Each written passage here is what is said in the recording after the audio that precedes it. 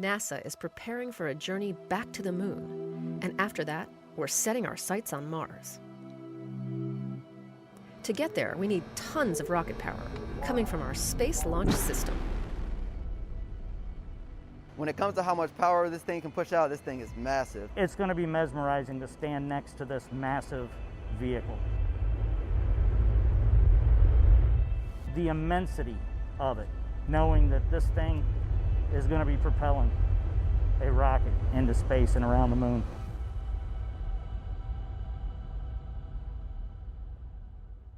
Hang on, it's probably best to start back at the beginning. It all started in Promontory, Utah, where Northrop Grumman manufactured each of the segments that make up the rocket's boosters. After a 10-day cross-country journey, the booster segments were delivered to Kennedy Space Center's Rotation, Processing, and Surge Facility, or RPSF. If this all sounds familiar, that's because it's the same facility that was used to process shuttle booster segments, which all came from Utah. Then they're ready to go to the iconic Vehicle Assembly Building, or VAB, where the rest of the motor segments are assembled and stacked on top of the mobile launcher. So the one thing about this vehicle, of course, it's produced all across the country. Components all come here. They may be built around the country, but they all come together right here in the Vehicle Assembly Building. Our SLS rocket will generate 8.8 million pounds of thrust to break through Earth's gravitational pull. That's more power than the space shuttle and the Saturn V rocket used.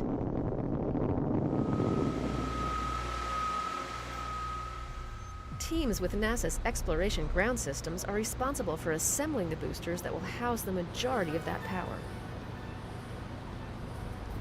The twin solid rocket boosters, made up of 10 total motor segments, will stand nearly 17 stories when fully stacked. First, teams will inspect and prep the hardware. Next, they're ready to start stacking the segments, a process that takes time, patience, and a steady hand. Once we have everything done in High Bay 4, we pick up the segment with the 325 crane, pick it up over the 16th floor crossover to where you see it now, and we begin stacking the segments. Each segment, we lift over the 16th floor crossover and stack it. Once we stack it, we put it on top of the segment below, and we put about 177 pins all the way around the whole thing to attach each segment. And the pressure to perform the operation flawlessly can test the team's nerves.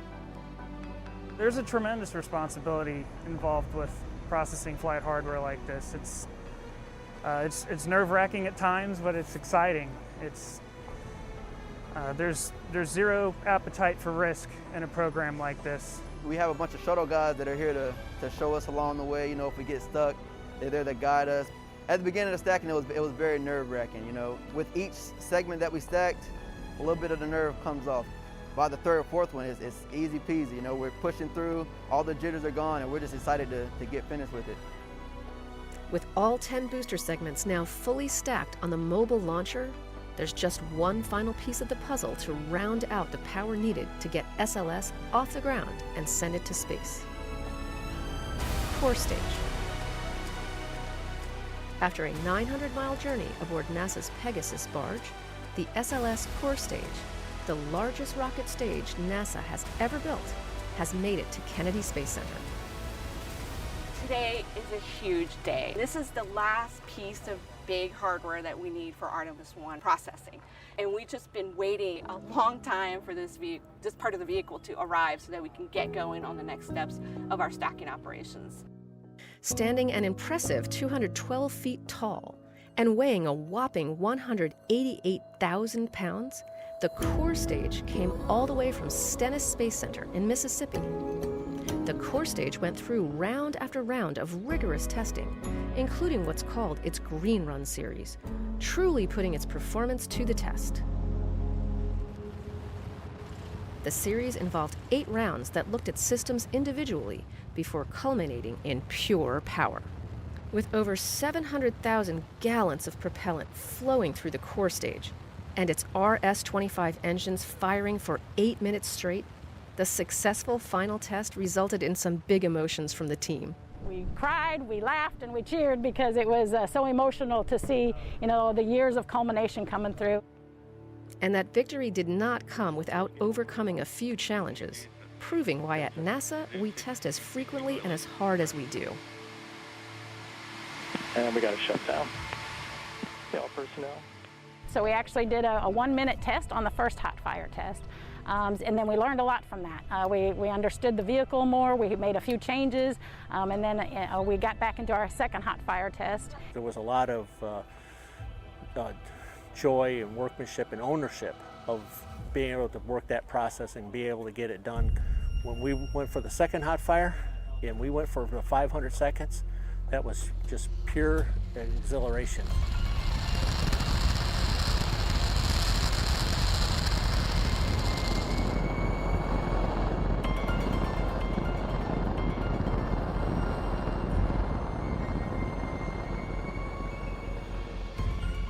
Following its arrival at Kennedy, teams moved the core stage into the VAB, where it was lifted by a crane and placed in between the twin solid rocket boosters.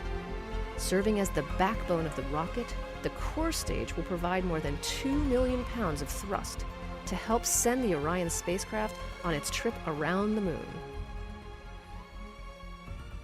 Essentially, we have these 2 massive cranes that are located inside of the VAB, where we go ahead and we pick 2 points at the end of the core stage, one on the back portion of it and on the front portion of it. We lift it up to the point where we're able to transition it from a horizontal position over into a vertical position, and then essentially bring it way up to the top of the vehicle assembly building and cross it over into high bay 3, in which we ensure that we don't damage any part of the vehicle as it's incoming into its position. NASA's largest rocket stage, now fully integrated with the twin boosters, is ready to get Orion off the Earth. But it will take one more critical component to give the capsule that extra push it needs to journey tens of thousands of miles beyond the moon. With just a single RL-10 engine, the Interim Cryogenic Propulsion Stage, or ICPS, will provide over 20,000 pounds of thrust to send Orion on the ride of a lifetime. To connect the ICPS with the rocket stack, teams next added the launch vehicle stage adapter to the core stage, followed by the ICPS. The ICPS is the Interim Cryogenic Propulsion Stage, and essentially it's somewhat of the upper stage of the entire SLS vehicle. And what that will do is propel the Orion capsule along with its service module over to its destination, which at this point in time will be the moon. But before the spacecraft can be attached to the rocket, teams will conduct a series of tests to ensure all of SLS's components communicate properly with one another, plus the ground systems equipment, the launch control systems, and its software. Adding to the challenge, those methods for testing have changed significantly since the days of the Apollo program. Initially built in the 1960s to house assembly of the Saturn V, the VAB has undergone some major modifications to support several different kinds of rockets and spacecraft, whether they're going into low Earth orbit or venturing to deep space. This high bay was Shuttle Heritage. Before that, it was Apollo Heritage. So there's upgrades that are still occurring today to include upgrades that will support Artemis 2 and Artemis 3. When SLS blasts off from Kennedy's Launch Pad 39B, Orion isn't the only thing it will be sending to space. Hitching a ride with Orion are tiny shoebox-sized satellites called CubeSats that were loaded into the Orion stage adapter in Kennedy's Space Station Processing Facility. The extra room in the stage adapter provides a rare opportunity to send those CubeSats to deep space to conduct science and research of their own. And these CubeSats are on tap to study a range of topics, from the moon to asteroids to the effect of space radiation on living organisms. At this point, the stack is nearly complete. All that's missing is the spacecraft itself, which has been in the Launch Abort System facility, getting outfitted with one of the spacecraft's most crucial pieces. The Launch Abort System is kind of that pointy solid rocket motor that's at the top of Orion, and it's there to protect the crew in the event of an emergency, so it's a very important system. Fully integrated with its Launch Abort System, the Orion spacecraft slowly makes its way to the VAB in the overnight hours. Upon its arrival, teams carefully lift and lower it onto the Orion stage adapter. With this operation, stacking the most powerful rocket the world has ever seen is complete.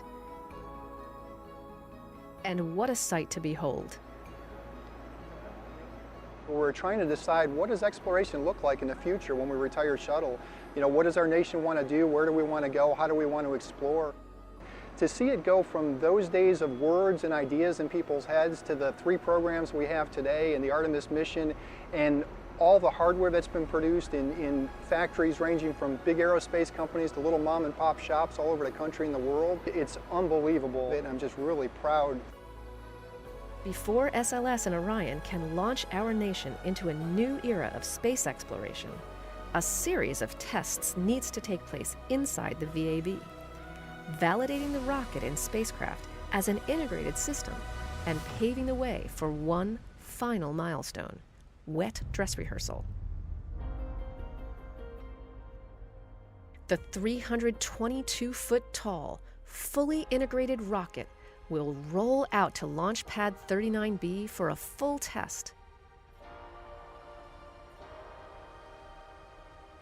allowing the launch team to run through a full launch countdown, but stopping just short of firing the engines. I think we're going to be so proud when it rolls out of the VAB. I will personally be probably crying a little bit because it's such a big event. We worked so hard to get us to the day of rolling out. I'm probably going to be bawling when we launch it. See it through my tears because it's just a culmination of so much work from everybody. We owe the advancement of science and research and technology to what we're doing here. And this is a big opportunity for us as a nation to reclaim our spot at the forefront of human space flight and exploration. Artemis is going to be a major part of history. It most definitely is going to rock the space industry when it flies. This program is going to go to the moon. It's going to go to Mars. We need that. This country needs that. This world needs that. I'm so excited. It's going to be a lot of work ahead of us, but Artemis 1 is going to surprise everybody.